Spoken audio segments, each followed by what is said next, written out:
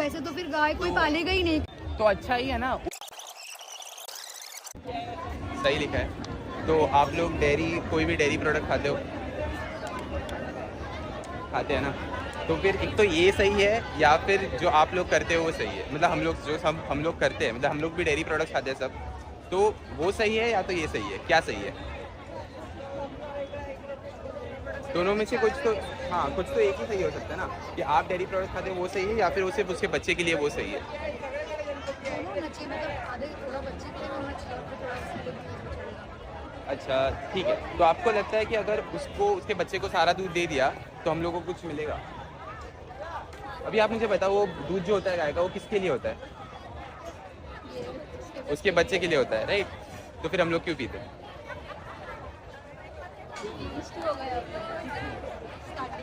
एक बेसिक सवाल है आपसे, देखते हैं किसको पता है, कि कोई भी जानवर है वो दूध कब देना चालू करता है? जब उसके बच्चे होते हैं। जब बच्चा होता है, बराबर। अगर समझिए मेरा एक डेयरी फार्म है, मेरे पास गाय है, तो क्या मैं उनके बच्चे होने का वेट करूंगा नेचुरली, या फिर मैं उनको प्रेग्नेंट करूंगा ताकि उनके बच्चे हो? वेट करना चाहिए, बट क्या करते हैं? अगर अगर वेट करेंगे तो हम लोगों को रोज दूध मिलेगा क्या? रोज दूध मिलेगा? नहीं मिलेगा। तो आपको पता है कैसे प्रेग्नेंट करते हैं उनको? वो लोग पहले एक बैल को लेते हैं, उसके पिछवाड़े में एक इलेक्ट्रिक रॉड डालते हैं और उसको शॉक देते हैं ताकि उसका जो वीर्य है वो निकले। वो कलेक्ट करते हैं और फिर वो फार्मर्स को बेचा जाता है। अभी फार्मर्स क्या करते हैं, समझिए इधर एक गाय बंधी हुई है उल्टी, तो वो फार्मर अपने हाथ पे एक प्लास्टिक ग्लव डालेगा और वो पूरा हाथ उस गाय के पिछवाड़े में अंदर रख डालेगा, फिर उसकी बच्चादानी पकड़ेगा, ठीक है। फिर एक स्टील इंजेक्टर में उसका सीमन भर के, जो भी पुल से पहले कलेक्ट किया गया था, वो पकड़ के उसकी योनि में घुसा के उसको प्रेग्नेंट करेगा। ऐसे उनको प्रेग्नेंट किया जाता है। अभी आप मुझे बताइए, वो गाय को बांध के क्यों रखते हैं ये करते हो? अरे वो होने देगी क्या ये? अगर उसको बांध देंगे नहीं तो नहीं होने देगी, राइट? अभी इसमें गाय नहीं है, इधर एक इंसान है, इसके साथ हो रहा है, तो इसको हम लोग क्या बोलते हैं? और गाय के साथ फिर क्या हो रहा है? सेम ही हो रहा है, सेम चीज़ हो रही है, बराबर। अभी प्रेग्नेंट कर दिया मतलब उसका बच्चा आएगा, बराबर है। तो अगर वो बच्चा मेल है तो उसका कुछ काम है क्या डेयरी फार्मर को? तो क्या करते होंगे उनके साथ? कभी सोचा है क्या करते होंगे? अगर मेल बच्चा है वो तो दूध नहीं देगा बड़ा होकर, मतलब उसको बड़ा करने का कुछ फायदा ही नहीं, और वो बहुत पैसा जाता है बड़ा करने में उनको। क्या करते हैं? तो बेसिकली यही होता है, उनको थोड़ा सा बड़ा किया जाता है और फिर उनको बीफ या फिर लेदर के लिए बेच दिया जाता है, मतलब छोटे बच्चों को, क्योंकि उनका जो स्किन होता है ना वो हमारे छोटे बच्चों की तरह बहुत सॉफ्ट होता है, तो उससे हाई क्वालिटी का लेदर बनता है, इसलिए उनको बेच दिया जाता है। जो फीमेल्स होती है उनको रखते हैं, क्योंकि जब वो फीमेल्स 2 साल की हो जाएंगी तब उनको भी ऐसे ही सेम तरीके से प्रेग्नेंट करेंगे, और अगर मेल बच्चा हुआ तो उनको मार देंगे। आपको ये सही लगता है?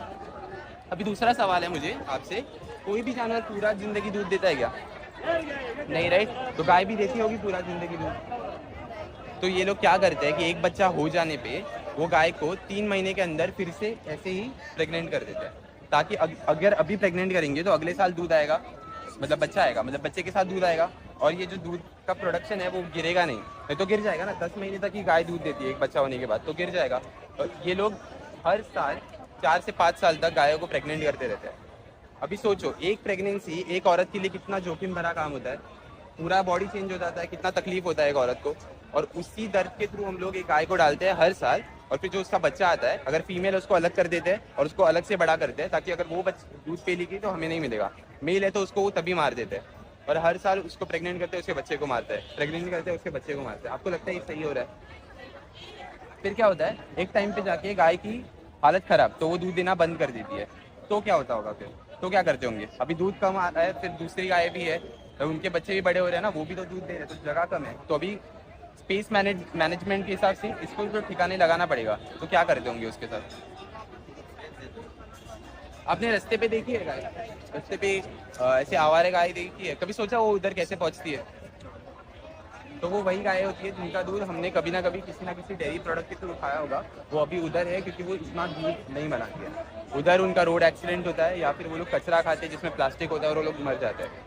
ठीक है, ये तो गायों का हो गया। पर आपने कभी भैंसें देखी है क्या? भैंसें देखी, और उतनी भैंसें दिखती है जितनी गाय दिखती है क्या? कभी सोचा है कि गाय दिखती है रास्ते पे पर भैंस क्यों नहीं दिखती? भैंसें हवा में गायब हो जाती है क्या? एक्चुअली क्या है कि गायों को काटना इलीगल है, बराबर है। भैंसों को काटना हर जगह पे लीगल है। तो सारी भैंसें जो कि 80% दूध हमारे पास आता है सारा भैंसों का होता है, सारी भैंसें कटनी जाती है एक के एक। इसलिए तो आप इमेजिन करो एक ट्रक है, एक ट्रक, ठीक है, उस ट्रक में कितनी गाय भैंसें रह सकती है, बड़ी बड़ी कितनी रह सकती है, पूरी बड़ी बहुत कम रह सकती है। वैसे ट्रक में वो लोग 10 से 15 गाय भैंसों को अंदर डालते हैं। और गाय भैंसों को इतनी अकल होती है कि लोग खुद से नहीं जाएंगे अंदर, क्योंकि अगर समझो आप 4-5 लोगों को ऊपर डाल दिया, मुझे डाल रहे होंगे, तो मैं देखूंगा ना कि ये लोगों को बांध के रखा है, मैं नहीं जाऊंगा। तो ये लोग क्या करते हैं, उनकी पूंछ तोड़ते हैं, उनकी आँख में मिर्च पाउडर डालते हैं, या फिर लकड़ी के डंडे लेके या फिर कांच के टुकड़े लेके उनके प्राइवेट पार्ट्स में पोक करते हैं, ताकि वो लोग कंट्रोल में आए बेसिकली। और फिर उनको ट्रक में डाल के उस छोटी सी जगह में बांध के भेज दिया जाता है, और फिर उधर एक कसाई उनका गला काट के उनका खेल खत्म कर देता है। तो आपको ये सही लगता है? आप रहना चाहोगे एक भी दिन उनकी जगह पे? ठीक है। आपने कभी बीफ फार्म देखा है इंडिया में? ऐसी कोई जगह है जहाँ पे बीफ के लिए कोई बड़ा कर रहा है गाय भैंसों को? ऐसी कोई जगह है? कभी सुना है? नहीं। तो सिर्फ डेयरी फार्म होते हैं और कत्ल खाने होते हैं, मतलब कोई बीफ के लिए गाय भैंसों को बड़ा नहीं कर रहा। और इंडिया बीफ के एक्सपोर्ट में कौन से नंबर पे रहेगा? कोई गेस कर सकता है? कोई रैंक? नहीं, सेकंड पे, थर्ड पे था, अभी सेकंड पे हो गया। तो फर्स्ट पे ब्राज़ील है। तो अभी इंडिया वर्ल्ड का सेकंड लार्जेस्ट बीफ एक्सपोर्टर है और लार्जेस्ट डेयरी प्रोड्यूसर है। तो आप लिंक देख सकते हैं, अगर हम लोग हर साल गायों को प्रेग्नेंट कर रहे हैं, मतलब उनकी पॉपुलेशन बढ़ेगी, और इतनी पॉपुलेशन बढ़ेगी ना, कोई रख नहीं पाएगा जब उनका दूध कम हो जाएगा, तो उनको कहीं ना कहीं भेजना पड़ेगा। तो वो किधर भेजते हैं? कत्ल खाने में। और ऐसे बीफ इंडस्ट्री चलती है इंडिया में। मतलब एक्चुअल में बीफ इंडस्ट्री कोई है ही नहीं, ये डेयरी इंडस्ट्री का जो वेस्ट है, मतलब जो उनको वेस्ट लगता है कि ये अभी जानवर किसी काम के नहीं है, उनसे मुनाफा कमाने के लिए उनको भेज दिया जाता है बीफ इंडस्ट्री में। और इसी तरीके से इंडिया बीफ पे सेकंड पे है, क्योंकि वो डेयरी पे भी फर्स्ट में है। क्या आप मुझे बताओ, ये गलत है? गलत है। तो आप क्या कर सकते हो अपने इंडिविजुअल लेवल पे इसको रोकने के लिए? डेयरी प्रोडक्ट कम कर सकते हो, बराबर। तो आपने वीगन ये शब्द सुना है? वीगन शब्द सुना है? आपके हिसाब से क्या है, मतलब वीगन क्या होता है? हाँ, मतलब बेसिकली वीगन लोग होते, मतलब जैसे कि वेजिटेरियन होगा, नॉन वेजिटेरियन होगा, ये सब डाइट हो गया ना। वीगनिज्म डाइट नहीं है, वीगनिज्म एक सोशल जस्टिस मूवमेंट है एनिमल राइट्स के लिए। मतलब हम लोग क्या मानते हैं कि जानवरों को जीने का अधिकार देना चाहिए, वो हमारे लिए नहीं है इधर, हमारी गुलामी करने के लिए, हमारा दूध का नीड पूरा करने के लिए, या फिर हमारी मांस की नीड पूरा करने के लिए नहीं है, हम उनकी ज़िंदगी जीने के लिए, जैसे कि हम अपनी ज़िंदगी जीने के लिए, बराबर। तो इसलिए वीगन्स जानवरों से आने वाली कोई भी चीज़, मतलब दूध, अंडा, मांस, मच्छी और शहद नहीं खाते हैं, लेदर, सिल्क, वूल, ऐसी सारी चीज़ें नहीं पहनते हैं, जानवरों पे टेस्ट किए गए कॉस्मेटिक्स और हेल्थ केयर प्रोडक्ट्स यूज़ नहीं करते हैं, या फिर ऐसे जिनमें जानवरों वाले प्रोडक्ट्स होते हैं, जैसे कि हमारे कुछ शैम्पूज में हनी और मिल्क प्रोडक्ट्स रहते हैं, वो सब यूज़ नहीं करते। फिर जू हो गया, सर्कस हो गया, घोड़ा गाड़ी हो गया। हाँ, नॉर्मल इंसान जो होता है उसकी कोई भी ज़रूरत रहती है, उसके लिए ही वो एक, मतलब अभी जब उसको उससे हम लोगों को कुछ फ़ायदा नहीं होगा, तो ऑब्वियसली कोई भी इंसान उसको पालेगा ही नहीं। फिर वो जाएंगे कहाँ, वो आएंगे कैसे, मतलब कौन रखेगा उनको? मतलब हाँ, नॉर्मल एक इंसान ही होगा ना, अगर उसके भी बच्चे होते हैं ना, तो वो भी उससे वो होता है कि एक एक्सपेक्टेशन होता है कि आगे जाएगा, मेरी फैमिली बढ़ाएगा, ये करेगा कुछ, मतलब एक एक्सपेक्टेशन तो होती है। तो वैसे तो फिर गाय कोई पालेगा ही नहीं, क्योंकि उनको कुछ उससे मिलेगा नहीं। गायों की जो नस्ल है वही गायब हो जाएगी अगर हम लोग उनको पाले। हाँ, बेसिकली आप देखो मैं बताता हूँ, लेकिन दूध तो अभी भी लेते थे, बराबर है। तो जो जंगल में भैंसें होती है, उनका एक्स्ट्रा दूध आता है क्या? जैसे हमारा आता है, हमारी गाय भैंसों का आता है। क्यों आता है हमारा? क्योंकि हम लोग, ये जो जानवर है वो नेचुरल जानवर नहीं है, वो हम लोगों ने हमारे फ़ायदे के लिए बनाया हुआ सिलेक्टिवली ब्रेड और जेनेटिकली मॉडिफाइड जानवर है।